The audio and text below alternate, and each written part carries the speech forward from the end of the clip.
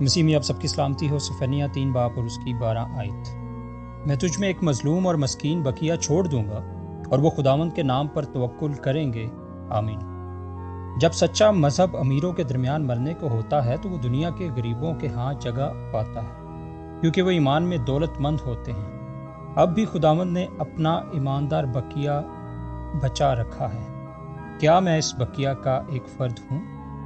چونکہ لوگ ظلم، مسکینی اور غربت کا شکار ہیں، شاید اسی لیے وہ خداوند کے نام پر توکل کرنا سیکھ جاتے ہیں۔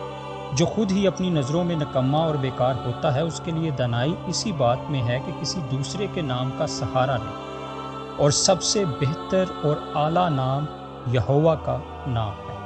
خدا پر توکل کرنے والے لوگ ہمیشہ موجود ہوتے ہیں، اور یہ مظلوم اور مسکین لوگ ہوتے ہیں۔ دنیا ان کے بارے میں سوچتی بھی نہیں، لیکن ان کا کسی قوم کے درمیان باقی رہنا بے بیان برکت کا باعث ہوتا ہے۔ وہ نمک کی مانند ہوتے ہیں اور اس خرابی سے بچائے اور روکے رکھتے ہیں جو دنیا میں نفسانی خواہش کے باعث پائی جاتی ہے۔ یہ سوال ہم میں سے ہر ایک کے سامنے دوبارہ آتا ہے کہ کیا میں اس بقیہ کا ایک فرد ہوں؟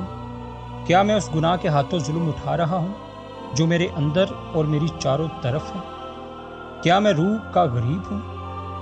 کیا میں اپنی ہی نظر میں، اپنے ہی انداز میں روحانی طور سے غریب ہوں؟ کیا میں خداوند پر توکل کرتا؟